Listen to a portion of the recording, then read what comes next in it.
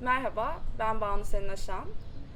Mimar Sinan Güzel Sanatlar Üniversitesi İstanbul Devlet Konservatuarı Yaylı Çalgılar Ana Sanat Dalı keman bölümünde keman, oda müziği ve orkestra repertuarı ve deşifraj derslerini vermekteyim. Lisans eğitimimi aynı üniversitede tamamladıktan sonra Hamburg Müzik ve Tiyatro Yüksekokulu'nda Profesör Niklas Schmidt'in sınıfında oda müziği alanında master eğitimimi tamamladım ve Türkiye'ye geri döndüm.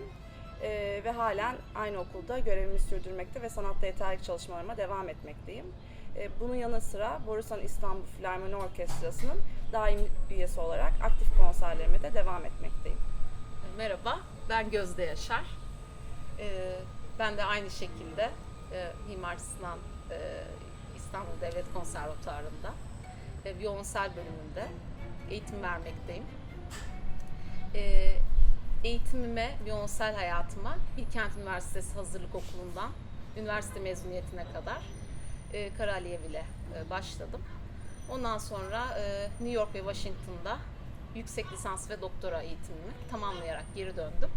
Ve şu anda öğrencilerle çalışmalarımı sürdürüyorum. Bunun yanı sıra solo ve oda müziği konserlerim aktif olarak devam ediyorum. Aynı şekilde Borusan Filarmoni Orkestrası'nda. Gözde ile uzun yıllardır tanışıyoruz ve birlikte çalmaya devam ediyoruz. Farklı projelerde yer aldık. Özellikle bu pandemi döneminde herhalde sayabileceğimiz birkaç önemli proje var. Malum pandemide bir sürü şeyi yapmak çok zor olduğu için ve biz dinleyicilerden tabii çok uzak kaldığımız için bazı konser kayıtları gerçekleştirdik. Evet. İstersen Gözde sen bahset.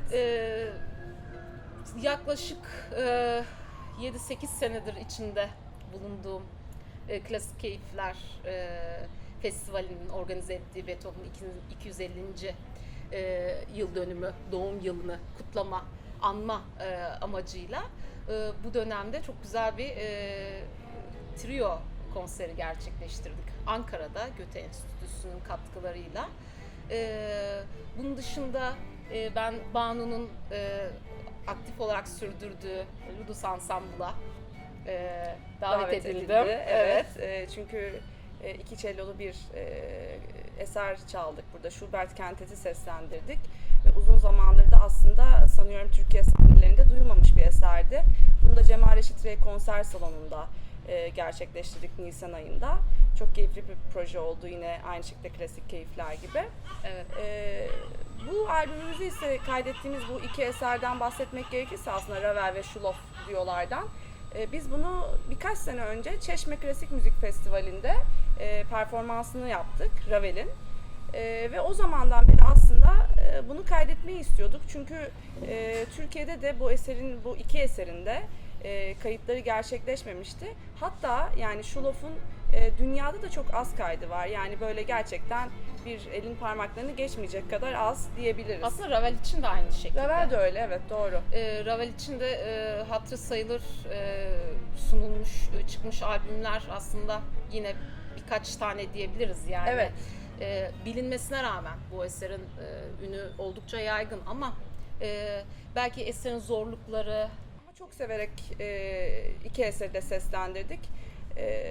Tabii bu projenin gerçekleşmesinde en önemli etken Match Music Production oldu.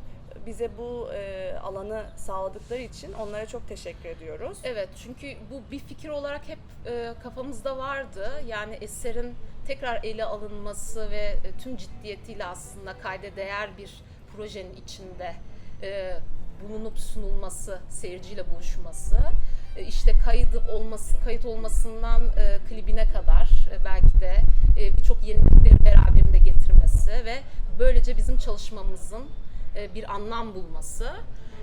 Bundan dolayı da aslında ev sahipliği yapmış oldu Match Music. Bundan dolayı çok mutluyuz.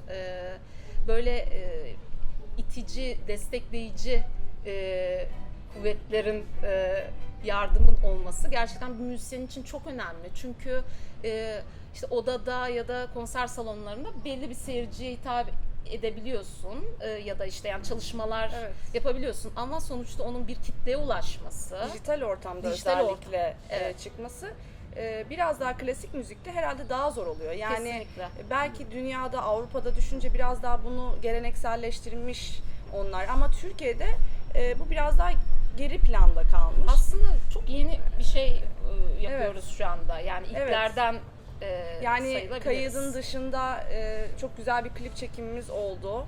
Evet. Siz de umuyoruz izleyiciler de çok beğenecekler. Biraz aslında ondan da bahsedelim. Tophane-i Amire'de biz klibimizi çektik Ravel'in 1. bölümü için.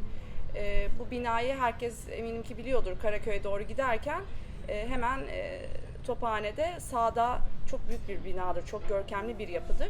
Herhalde 15. yüzyılda evet. Bizans döneminde yapılmış bir bina. Bu binayı neden kullandık aslında? Bu da tabii yine bizim bağlı olduğumuz üniversite açısından bunu kullandık. Çünkü yani ben kendimden biraz örnek vermek gerekirse çok küçük yaşlardan beri okulda olduğum için bu binada üniversite kapsamında bir sürü konser etkinliği daha önce düzenlemiştim. Keza Gözde de üniversitenin açılış törenlerinde, başka konser etkinliklerinde beraber bile çaldığımız oldu hatta. Evet, sergi düzenlendiği zaman biz de orada yer almıştık birkaç sunumda. Ve bu bina şöyle tek bir bina gibi dışarıdan gözükmekle beraber aslında bünyesinde 3 tane binayı barındırıyor.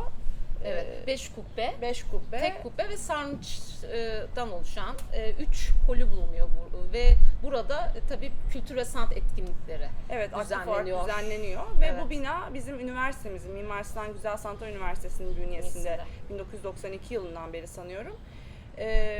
Pek çok kişi de mutlaka bir sergiye zaten orada katılmıştır. Ama sanıyorum böyle dijital ortamda da bunun bu kadar görselini tanıtmak hoş bir şey oldu. Yani ben çünkü araştırdığımda çok fazla örneğini görememiştim.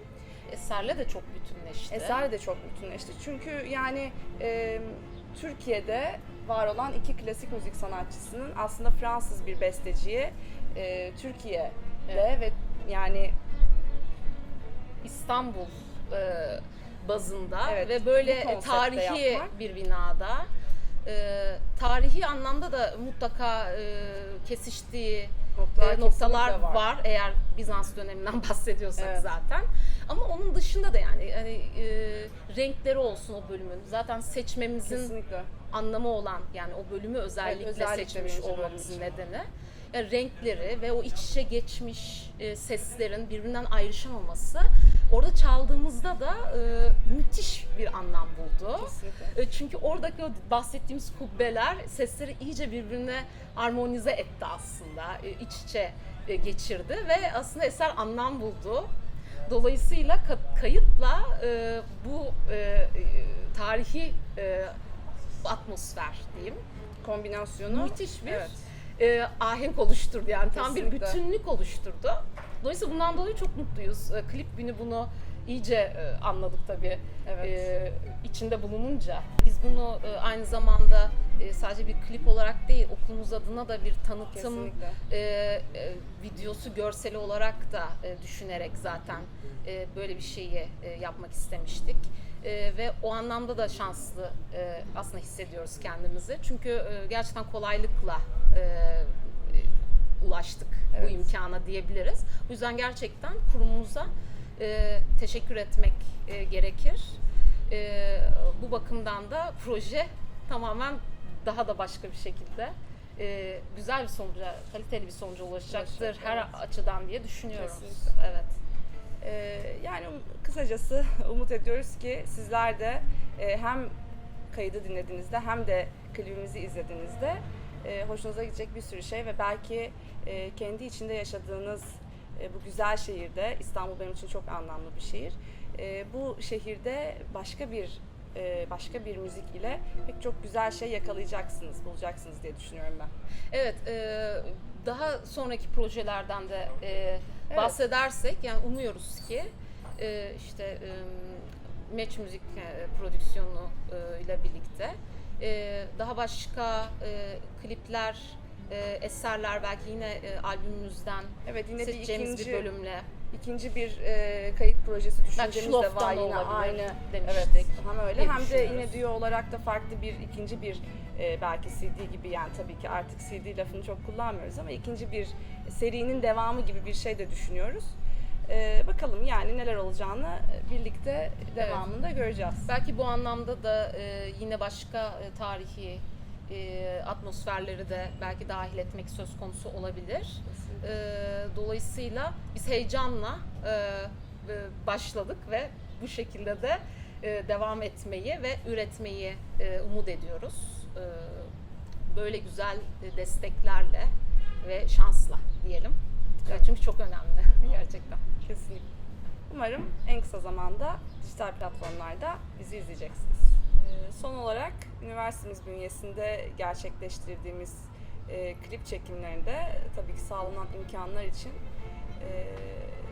Sayın Rektörümüz Profesör Handan İnce Elçi'ye çok teşekkür ederiz.